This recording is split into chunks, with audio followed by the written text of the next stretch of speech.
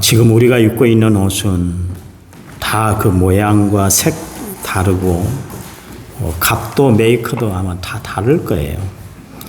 그렇지만 동일한 것은 옷감으로 이렇게 만들어졌다는 것이죠. 그 옷을 만드는 천은 동일하게 이렇게 가로 세로로 이렇게, 그러니까 시실과 날실로 서로 겹치면서 짜여 있습니다. 어떤 옷이든지 시실 한쪽으로나 또 날실 한쪽으로 되어 있다면 그 옷은 견고하지 못하고 금방 찢어지든지 아니면 힘없이 풀어지고 말 거예요. 그렇게 시실과 날실이 이렇게 겹쳐짐으로 좋은 옷감이 되잖아요. 그런 것처럼 우리 가정도 순경과 역경을 통해서 아름다운 가정이 만들어지는 거예요. 원하는 대로 모든 일이 잘 돼서 순경처럼 그렇게 모든 일이 물 흐르듯 그렇게 흐르면 얼마나 기쁘고 좋은 일이겠어요. 그렇잖아요. 그런데 내 마음대로 되지 않은 역경이 찾아올 때가 있어요. 그렇게 역경을 만나면 얼마나 마음이 답답하고 또 슬픈지 모르겠어요. 왜 사는지 모르는 정도로 삶의 의미까지 이렇게 흔들릴 때가 있단 말이죠. 그런데 어떤 가정이라 할지라도 역경과 순경은 반드시 있는 거예요. 그걸 통해서 아름다운 가정으로 그렇게 만들어져 가는 것입니다. 꼭 순경만 좋은 것이 아니에요. 잘 되고 부자가 되고 권력과 학식이 높아지고 또 그래서 우리의 삶이 참 살기 좋다 그렇게 이야기할지는 모르지만 그 순경도 내가 어떤 태도로 그 순경을 맞이하느냐에 따라서 그게 복이 될 수 있고 화가 될 수가 있다 그런 이야기예요. 역경도 마찬가지예요. 역경이 다 화가만 되는 것이 아니잖아요. 그것을 어떻게 대처하느냐에 따라서 화가 되기도 하고 화가 변하여 복이 되더라 그런 이야기처럼 전화위복이 되는 그런 역사도 나타나게 되는 것이죠. 우리가 주 안에서 참으로 아름다운 가정을 이끌어 나가려 할 것 같으면 가장 중요한 게 뭐냐면 역경이 찾아왔을 때 그 역경을 어떻게 극복하며 살아가는가 이게 참 중요해요. 오늘 성경에 보니까 갑자기 역경을 맞은 한 가정이 소개가 되고 있습니다. 그 가정의 이름이 이제 오늘 본문에 소개가 되는데 22절 말씀에 보니까 야이로라는 사람이에요. 그가 어떤 사람인가 거기에 대한 프로필이 하나로 소개가 되고 있는데 회당장이었다 그렇게 이야기를 하고 있습니다. 당시 회당장은 뭐냐면 회당을 관리하는 그런 직임을 받은 사람이에요. 건물을 관리하고 예배 순서를 작정하고 질서 유지를 관리하고 심지어 재판과 같은 그런 사무적인 업무까지 다 보게 하는 총괄적으로 모든 일들을 감당한 사람이 바로 이야기하는 회당장인 것이죠. 이 직책은 당시 회중에서 가장 탁월한 사람, 모든 일을 잘 해결할 수 있는 사람이 회당장이 됐었습니다. 그러니까 이 직책을 가지고 있는 사람들은 많은 사람들에게 존경을 받고 있었어요. 왜냐하면 신앙적으로도 반듯하죠. 또 세상적으로도 모든 판단 근거가 분명해서 재판까지 해주는 사람이니까 그래도 그 마을에서 유지가 되고 또 신앙생활 잘하는 장로급 사람을 그렇게 세웠습니다. 신분이 사회적으로 완전히 신분이 보장된 직임을 갖고 있었던 사람이 회당장이에요. 뭐 부족한 것이 하나도 없었던 것이죠. 결혼해서 지금까지 살아왔는데 모든 일들이 순리대로 잘 풀어졌어요. 그런데 어느 날 역경을 맞았습니다. 딸이 병에 들었어요. 겨우 12살 나이에 한참 사랑을 표현하고 가정에 웃음꽃을 피울 나이 12살 어린 나이에 이 아이가 중병에 걸리고 말았습니다. 그러니 가정적으로 얼마나 힘들고 어려운 일이었겠어요. 오늘날도 그렇습니다. 가정을 위태롭게 하는 역경이 예고 없이 갑자기 찾아올 때가 있어요.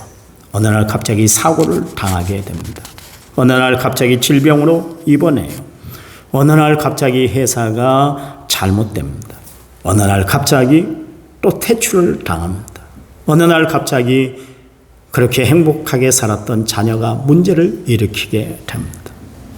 중요한 것은 우리가 어떤 역경을 맞았는가 중요한 것이 아니라 그 역경을 어떻게 대처하느냐에 따라서 그 가정이 정말 복이 될 수도 있지만 역경을 잘못 그렇게 받아들이면 화가 될 수가 있는 거예요.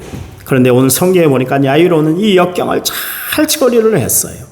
도대체 그가 어떤 사람이었고 어떤 믿음을 가진 사람이었길래 이렇게 어려운 역경을 잘 이겨낼 수 있었을까? 첫 번째, 예수를 믿는 믿음으로 그는 자기 가정에 갑자기 불어닥쳤던 역경을 이겨낼 수가 있었습니다. 오늘 말씀을 보세요. 그 딸이 어떻게 질병과 죽음으로 일어날 수 있었는가? 그 아이의 손을 잡고 그랬습니다. 지금 이 아이는 죽었어요. 병이 들게 됐습니다. 그래서 예수님께 찾아왔지만 아이가 죽었다고 그렇게 기별이 왔잖아요. 35절 말씀에 보니까 해당장 집에서 사람이 와서 딸이 이미 죽었다 그랬습니다. 그런데 그 죽은 시체를 예수님은 어떻게 하셨습니까? 지금도 마찬가지지만 유대인들은 죽은 시체에 손을 대는 법이 없어요. 손을 대면 안 돼요. 왜냐하면 율법 말씀에 시체에 손을 댄 사람은 부정한 사람이라 그렇게 이야기하기 때문에 그렇습니다. 그런데 예수님은 그 죽은 어린아이의 손을 잡고 그를 살려냈어요. 이 일이 어떻게 일어났습니까? 딸의 생명을 자신의 생명처럼 소중히 여겼던 아버지의 믿음 때문이었어요. 여러분, 부모의 믿음은 얼마나 소중한지 몰라요. 여러분, 부모가 자식에게 물려줄 수 있는 최고의 자산, 최고의 유산은 믿음인 줄 아시기 바랍니다. 믿음이 좋은 그런 가정이 되시기 바랍니다. 믿음이 훌륭한 부모님들이 되시기 바랍니다. 그 36절 말씀에 보니까 아이의 죽음에 딱 맞닥뜨렸을 때 예수님이 야이로에게 해서 하셨던 말씀이 뭐냐면 두려워하지 말고 믿기만 하라 그랬습니다. 야이로는 어떻게 예수를 믿었을까? 23절 말씀에 간곡히 구하여 이르되 내 어린 딸이 죽게 되었사오니 오셔서 그 위에 손을 얹으사 그로 구원을 받아 살게 하소서 그랬습니다. 그러니까 야이로가 어떤 믿음을 가지고 예수님께 나왔냐면 예수님의 손만 얹으면 그 아이에게 손만 대시기만 하면 아이가 살아날 것이라는 그런 믿음을 가지고 있었어요. 그런데 그 믿음대로 되었다. 그런 이야기입니다. 여러분, 내가 어떤 믿음을 가지고 살아가는가가 참 중요한 것이에요. 그 22절 말씀에 보면 해당장 야이로가 예수님 발 앞에 엎드렸어요. 아마 이 해당장 야이로는 예수님보다 나이가 더 많았을 것이고 그 당시 사회적인 신분적으로도 봤어도 예수님보다 자기가 훨씬 더 높은 위치에 있는 사람이었어요. 그런데 오늘 본문 말씀해 보세요. 그런데 예수님 발 앞에 무릎을 꿇었다 그렇게 이야기를 하고 있습니다. 사람들은 자기에게 무엇인가 있다 할 것 같으면 남보다 더 가진 것이 있다 할 것 같으면 그때부터 사람들이 어떤 모습으로 살아가냐면 교만해지는 거예요. 교만에 빠지게 돼 있습니다. 조금만 돈이 있고 건강이 있고 권력이 있고 지식이 있으면 절대로 상대방 앞에 무릎을 꿇지 않는 것이 인간이에요. 그런데 절박한 딸의 문제를 놓고 이 문제를 해결해 주실 분은 주님밖에 없다는 것을 아는 순간 그는 자신의 교만을 다 꺾어버렸어요. 그리고 간곡히 구했습니다. 한 번 구하고 그친 것이 아니라 여러 번 반복해서 간청을 했다 그런 이야기예요. 그 이야기는 무슨 이야기예요? 필사적으로 매달렸다 그런 이야기입니다. 여러분, 신앙생활 우리는 보통 취미 정도로 그렇게 생각을 합니다. 해도 되고 안 해도 되고 그렇게 생각을 합니다. 그런데 제가 새벽 예배 때 여러분에게 말씀드렸잖아요. 신앙생활은 생명이 달린 거예요. 예수를 믿어야 구원 얻고 천국 가는 거예요. 그러나 예수 믿지 않으면 영벌을 받게 되고 지옥 가게 되는 거예요. 생명이 달린 거예요. 생명이. 중요한 거예요. 여러분, 아무것도 아닌 것 같지는 않아요. 네, 아무것도 아닌 것이 아니에요. 제가 여수에 가면 LG 사택에서 운영하는 복지관이 있습니다. 식당이 있어요. 아주 중국 요리를 잘합니다. 그런데 갑자기 예전에는 그냥 무조건 통과를 했는데 통과가 안 된대요. 그래서 우리 동서에게 전화가 왔어요. 형님, 차량을 등록을 해야 되는 거예요. 등록을 해줬어요. 속으로 그랬죠. 뭐 이런 것까지 다 통제를 해? 어떻게 번호를 입력시켜서 들어가라 마라 해? 그럴까 그랬어요. 내 거는 등록했는데 따라온 사람 등록을 안 했더니 차단기가 딱 내려가고 올라가질 않는 거야. 올라가질 않아. 아무것도 아니겠지 그렇게 생각했는데 실제로 현실을 보니까 그런 일들이 그대로 이루어지더라. 그런 이야기예요. 세상에서도 안 되면 안 되는 거예요. 되면 되는 거예요. 신앙생활 마찬가지예요. 여러분, 아무렇게나 하는 것이 아니라 진심을 다해 신앙생활을 해야 돼요. 하나님 앞에 생명을 걸고 우리는 신앙생활을 해야 되는 거예요. 이게 중요한 겁니다. 여러분 한번 생각을 해보세요. 과학과 합리적으로 생각한다 할 것 같으면 도저히 믿을 수 없는 그런 모습이지 않습니까? 그렇잖아요. 손만 얹으면 고침을 받을 것이다. 이게 어떻게 그렇게 가능할까요? 어떤 사람은 역경이 다가오면 주님과의 거리가 더 멀어져 버린 사람이 있어요. 그런 사람은 역경에서 일어날 수가 없습니다. 역경이 다가올수록 역경이 크면 클수록 주님을 믿고 더 주님 앞에 가까이 나아가는 사람들이 있어요. 그 사람들은 분명히 역경을 이겨내는 줄 믿으시기 바랍니다. 예수님 말씀하시잖아요. 이르시되 사람으로는 할 수 없지만 하나님은 할 수 있다 그러십니다. 여러분 어떤 역경에 처해 있습니까? 우리 예수님이 손잡아 주시면 어떤 역경이 불어닥친다 할지라도 우리는 다시 일어날 줄 믿으시기 바랍니다. 성도 여러분, 불가능한 현실을 바라보며 안 될 것이라는 불신으로 포기하지 말고 예수님이 나를 일으켜 주실 것이야, 이 믿음을 가지고 역경을 당당하게 이겨내는 성도들이 되시기를 간절한 마음으로 부탁을 드립니다. 오늘 야이로의 사건 앞에 바로 예수님이 이제 야이로의 집을 가려고 하는데 그 도중에 12년 동안 혈류증을 앓았던 여인이 갑자기 예수님 앞에 나타났습니다. 이 여인이 어떻게 예수님에게 고침을 받았나요? 34절 말씀에 따라 내 믿음이 너를 구원하였으니 평안히 가라 내 병에서 놓여 건강할지어다 그러십니다.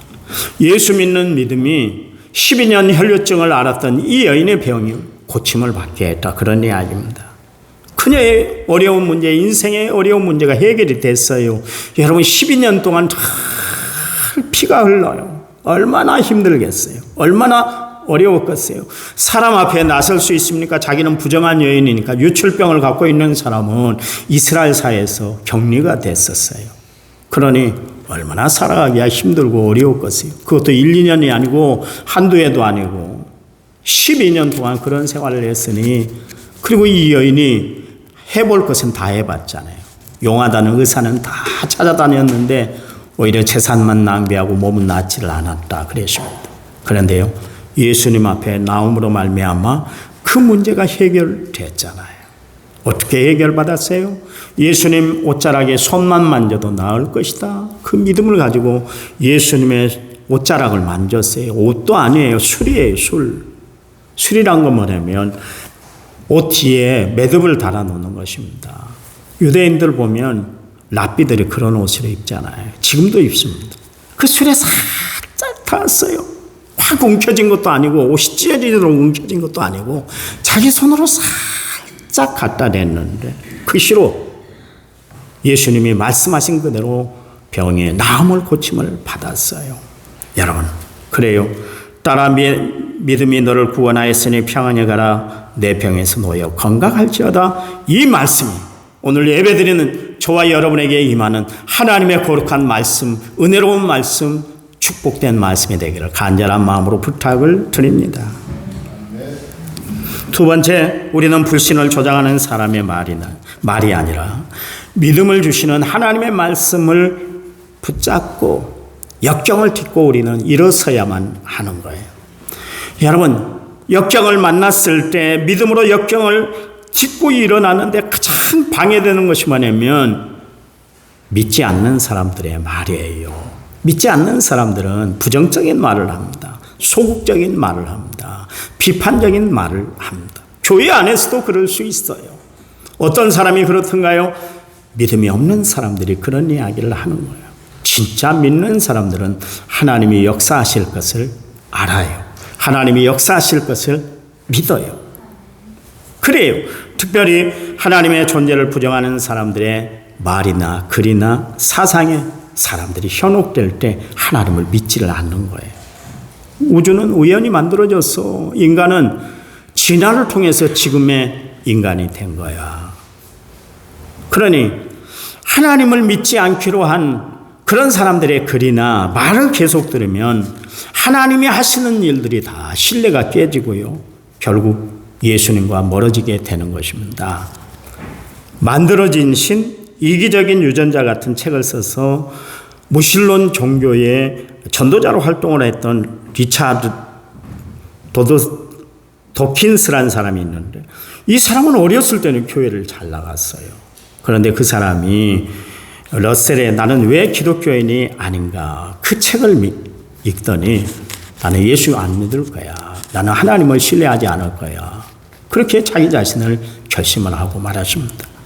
사람들이 하나님을 믿지 않는 것은 하나님이 계시지 않는다는 것을 과학적으로 증명을 해서 믿지 않는 것이 아니에요. 진화론자들의 말을 들어서 세상이 저절로 됐다. 모든 게 진화되었다고 믿는 무신론자들의 말을 듣다 보니까 하나님이 없다고 믿고 살아버리기 때문에 그런 것이지 하나님이 계시지 않아. 이걸 과학적으로 자기 삶을 통해서 증거를 했기 때문에 그런 것이 아니에요. 증명을 했기 때문에 안 믿는 것이 아니에요. 그러니 하나님이 계시지 않아서 믿지 않는 것이 아니라 자신이 믿지 않기로 선택했기 때문에 안 믿는 것이에요.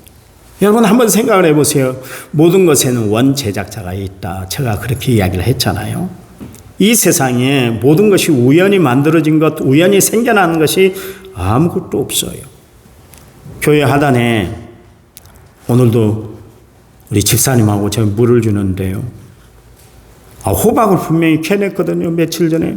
근데 또 호박이 싹이 나요. 그리고 코스모스가 지금 지천에 지금 깔려 있습니다. 여러분 그게 하늘에서 저절로 뚝 떨어져서 생겨난 것이 아니요. 작년에 거기다가요. 썩은 호박을 던져놨어요. 그래 놓으니까 거기서 지금 싹이 나는 것이지 저절로 호박씨가 나는 거예요. 호박이 지금 줄기를 지금 뽑고 있는 것이 아니에요. 그냥 된 게 아니다. 그런 이야기예요. 여러분이 앉아있는 의자 봐보세요. 이게 우연히 생겨서 이렇게 만들어져서 그렇게 됐다는 것이 합리적이에요. 여러분 그게 과학적인 것입니까? 아니면 누군가가 만들어서 여기까지 갖다 놓고 조립을 했다. 그것을 믿는 것이 과학적이고 합리적인 것입니까? 정말로 표현할 수 없을 정도로 정밀하고 신비한 이 우주와 인간이 우연히 생겼다고 여러분 그렇게 생각이 되십니까? 그게 합리적이고 과학적인 사고일 것 같습니까? 아니면 전지전능하신 하나님이 우리를 만드시고 우주를 운행하고 계신다는 것을 믿는 것이 합리적입니까? 그렇잖아요. 여러분 우리는 하나님이 하신 모든 일을 믿는 믿음을 가지고 살아가는 사람들이에요. 하나님이 세상을 창조하셨습니다. 여러분 아멘 하실 수 있죠? 하나님이 세상을 창조하셨어요. 예수님이 나를 구원해 주셨어요. 성령이 지금도 나와 함께 하세요. 그 믿음이 구원의 길로 은혜의 길로 인도해 주시고 또 감사하는 삶을 살아가게 하시는 거예요. 그 믿음만이 기적을 체험하게 만드는 것입니다. 여러분 그래요. 오늘 예수님께 나왔던 야이로 보세요. 자신의 딸 고침을 받기를 원하십니다. 그런데 봐보세요. 믿고 가는데 무슨 일이 벌어졌습니까? 35절 말씀에 해당장 집에서 사람이 왔어요. 기별이 왔었죠. 딸이 죽었다는 거예요. 딸이 죽었다. 이젠 끝났다는 거예요. 그렇게 믿지 못하게 하는 말들이 들려오고 있습니다. 그때 예수님 뭐라고 그러셨어요? 36절 말씀에서 예수님께서 그 하는 말을 곁에 들으셨다 그러십니다. 그리고 해당장에게 예수님이 말씀하시는데 두려워하지 말고 믿기만 하라 그랬어요. 누가 무슨 말을 한다 할지라도 그들의 말을 믿지 말고 그들의 말을 듣지 말고 예수님의 말씀만 믿어라 그 이야기예요. 죽었다고 하는 사람들의 말을 듣고 두려워하지 말고 내 말을 듣고 나는 믿어라 그 이야기예요. 여러분, 우리의 믿음은 하나님을 믿는 믿음인 줄 믿으시기 바랍니다. 하나님이 세상을 창조하셨어요. 우리는 하나님이 하신 일을 믿고 하나님이 하실 일을 우리는 확신하며 살아가는 사람들이에요. 그러니 세상의 모든 일이 하나님의 섭리와 하나님의 손길에 의해서 다 움직여져 가고 만들어졌다는 것을 믿고 살아가는 사람들이에요. 그것이 예수 믿는 믿음 아니겠습니까? 그래요. 그 하나님이 나를 구원하셨다는 것을 믿기 때문에 우리는 예수님이 나의 구원자가 되시고 메시아가 되시고 그리스도임을 우리는 고백하고 살아가고 있는 거 아니겠습니까? 그게 믿음이요. 다른 게 믿음인가요? 그게 믿음이에요. 여기 믿기만 하라 그랬는데 문법적으로는 현재형을 썼는데 그 이야기는 뭐냐면 흔들리지 말고 너가 처음 가졌던 내가 너에게 확신을 줬던 그 믿음을 가지고 계속 그 믿음을 유지하고 그 믿음을 굳게 간직하라 그런 이야기예요. 여러분, 우리가 믿음을 가질 때 의심하게 만드는 일들이 있어요. 우리에게 해이를 갖게 하는 그런 사건들이 있을 수가 있습니다. 그래서 우리의 믿음을 흔들어 놓을 때가 있단 말이에요. 그것을 극복해야만 우리는 믿음으로 승리하는 삶을 살아가는 하늘 백성이 되는 거예요. 여러분, 역경 가운데 있습니까? 두려워하지 마시기 바랍니다. 예수님께서 개입하시면 역경을 순경으로 바꿔놓을 줄 믿으시기 바랍니다. 백부장 하인이 중풍병을 앓았잖아요. 그때 백부장이 예수님께 찾아와서 내 하인을 좀 고쳐주세요 그랬어요. 그때 예수님이 내가 가서 고쳐주마 그랬어요. 너무나 감동이잖아요. 자기 식구도 아니고 자기가 집에서 부리는 종이고 이 사람은 유대인도 아니고 이탈리아 군대의 백부장이란 말이에요. 그러니 얼마든지 그 당시에 하인은 물건 취급을 하던 시대였어요. 사람 취급을 안 했단 말이에요. 그런 시대에 그 백부장이 예수님께 나와서 내 하인의 병을 좀 고쳐주세요. 그러니까 예수님이 얼마나 감동이 됐겠어요. 그래서 예수님이 내가 직접 가서 고쳐주마 그렇게 말씀을 하셨잖아요. 그랬더니 백부장이 뭐라고 말합니까? 말씀만 하면 내 하인이 낫겠습니다 그랬어요. 그랬더니 예수님이 감동을 받았잖아요. 마태복음 8장 10절 말씀에 내가 진실로 너에게 이르노니 이스라엘 중 아무에게서도 이만한 믿음을 보지 못했다. 13절 예수께서 백부장에게 이르시되 가라 내 믿음대로 될지어다 하시니 그 즉시 하인이 나았다. 그렇게 성경이 기록하고 있잖아요. 여러분, 역경을 딛고 일어나는 믿음은 하나님의 말씀을 전적으로 믿는 믿음이에요. 여러분, 말씀을 붙들고 살아가는 여러분의 믿음이 되시기 바랍니다. 그냥 믿습니다가 아니고 그냥 아무것도 믿지 마세요. 아무것도. 옛날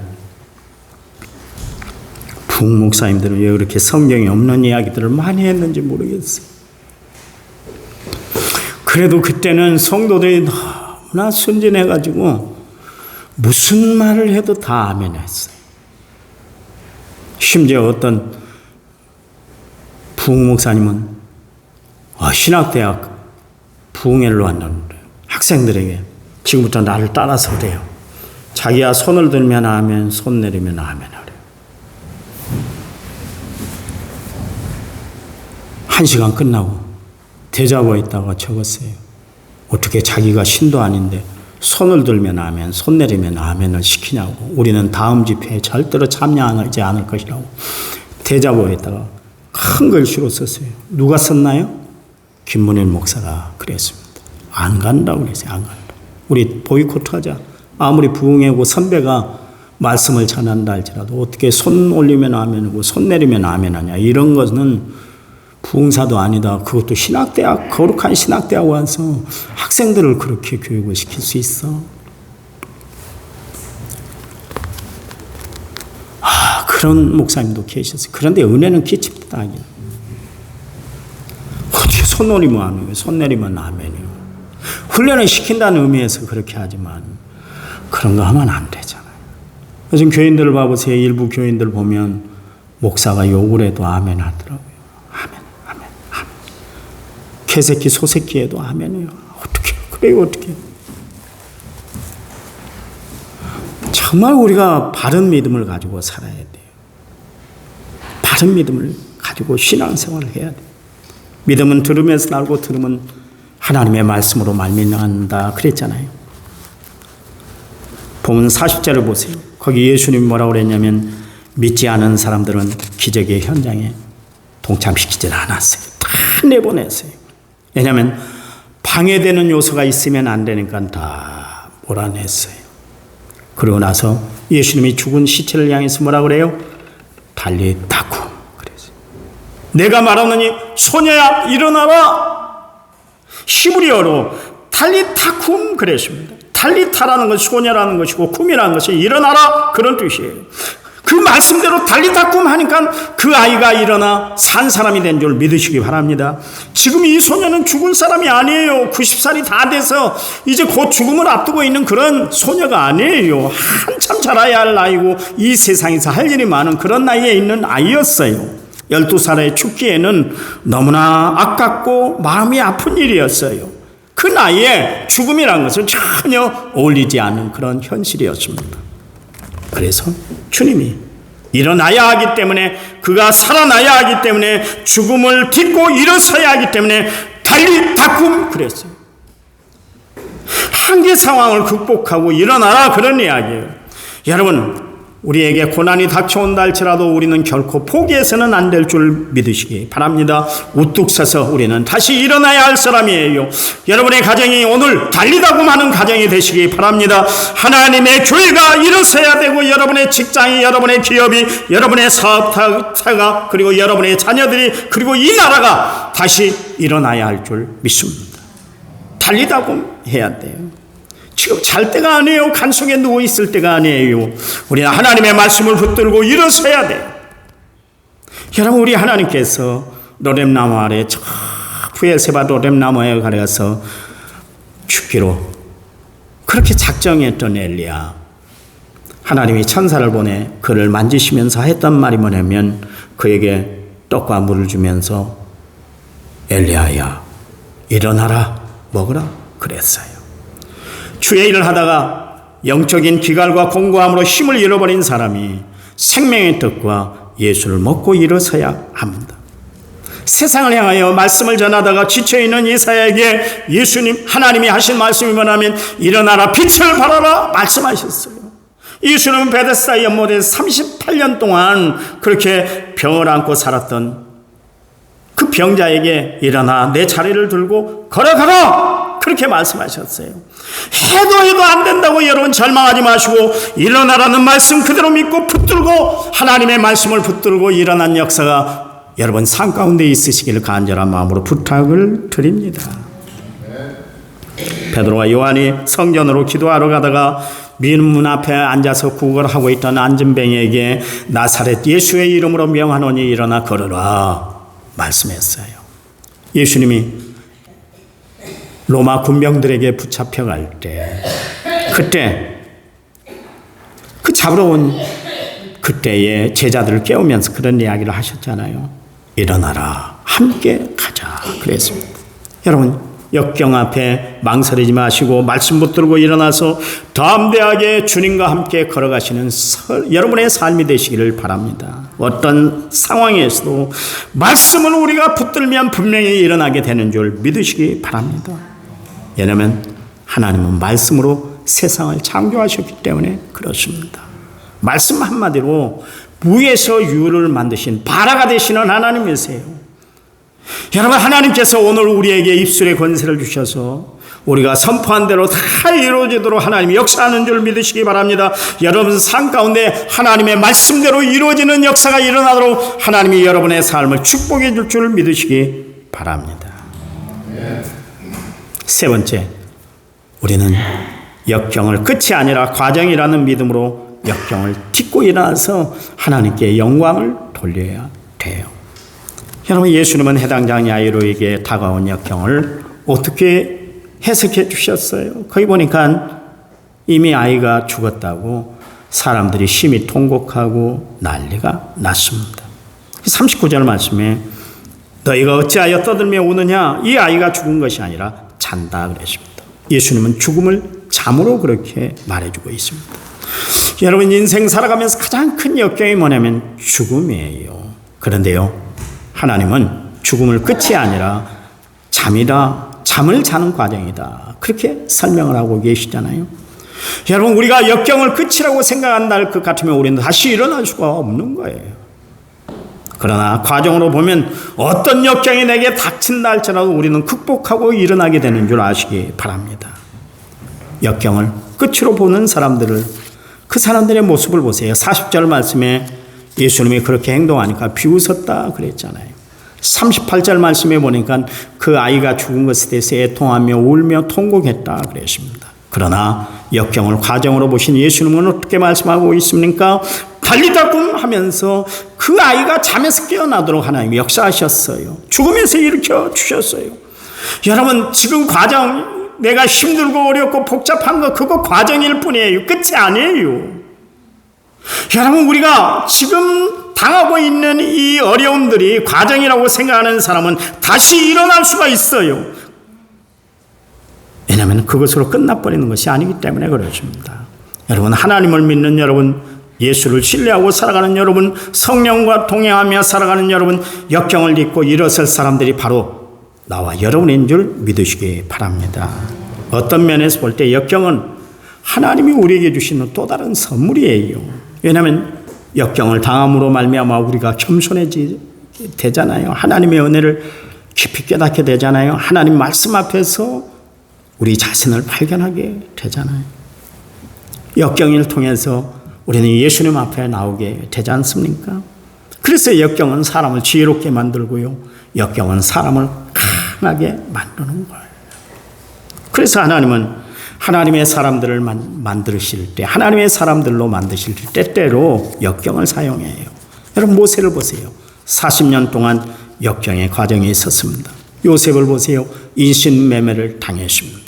억울하게 성추행범으로 연루가 되어서 옥살이를 하게 되십니다. 다윗을 보세요. 자기를 죽이려는 장인에게 쫓겨다닙니다. 친구들에게 그리고 자식들에게 배신을 당합니다. 기름 붓고 그가 왕이 되기까지 20년 동안 수많은 역경을 그가 감당해야만 했었습니다. 그들은 역경을 만날 때 이 역경이 끝이야, 나는 인생 다 살았어, 나에게 희망이 없어, 그러면서 자기를 포기하지 않았어요. 아브라함 링컨을 아시나요? 여러분, 이 사람은 초등학교도 못 나왔습니다. 링컨 생에 그것은 끝이 아니었어요.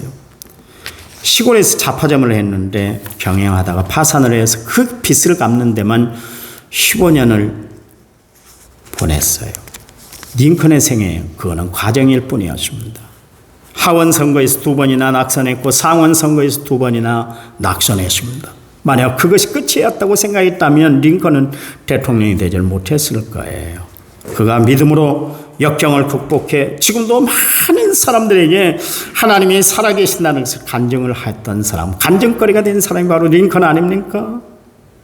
여러분, 비바람과 눈보라를 맞고 자란 들풀이 온실에서 자란 꽃보다 생명력이 강하잖아요. 우리가 살아가면서 살아가는데 불편이 없이 살아가는 이 좋은 환경이 어떤 때는 독이 될 수가 있는 거예요. 식물은 가물고 바람이 불어야 그 뿌리를 땅속 깊이까지 내려 더 큰 비바람과 가뭄에도 견딜 수가 있는 것입니다. 소아마비를 극복하고 미국 대통령 자리에 오른 프랭클린 루즈벨트, 불의의 사고로 인해서 전신 화상을 입고 얼굴이 심하게 일그러졌지만 사랑의 전도자가 된 이지선 씨, 시각장애인이지만 한국인으로 미국 행정부 고위 인사가 된 강용우 박사, 그 사람들이 만약 역경이 끝이라고 생각을 했다면 그들은 지금의 이 자리에 이르지 못했을 거예요. 그러나 그들은 역경을 과정으로 받아들였기 때문에 역경 가운데서도 그들은 고난과 시련을 다 믿음으로 극복하고 승리하는 사람들이 됐어요. 여러분, 발명가 에디슨은 공부를 너무나 못해서 학교에서 그의 어머니를 불러가지고 자퇴해야 되겠습니다. 그렇게 조처를 받았어요.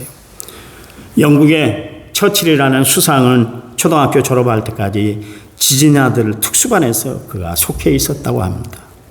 그들이 거기서 포기했다면 그들은 세상에 위대한 업적을 남기지 못했을 거예요. 자녀들의 지금의 모습을 여러분 끝이라고 보지 말고 과정이라고 생각하시기 바랍니다. 하나님의 영광을 드러내는 과정으로 보시기 바랍니다.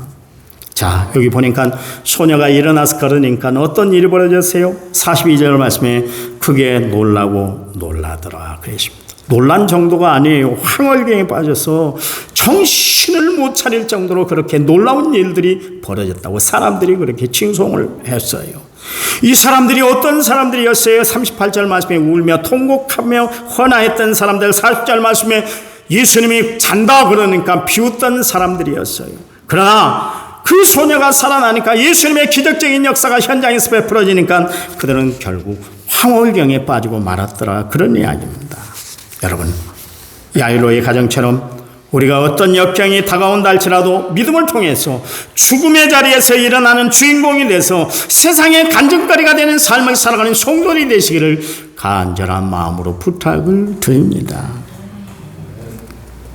우리가 죽음을 이기고 일어나면, 병을 이기고 일어나면, 한계 상황을 극복하고 일어나면, 부도를 정복하고 일어나면, 사업 실패를 딛고 일어나면 사람들이 우리를 보는 시간이 달라질 거예요.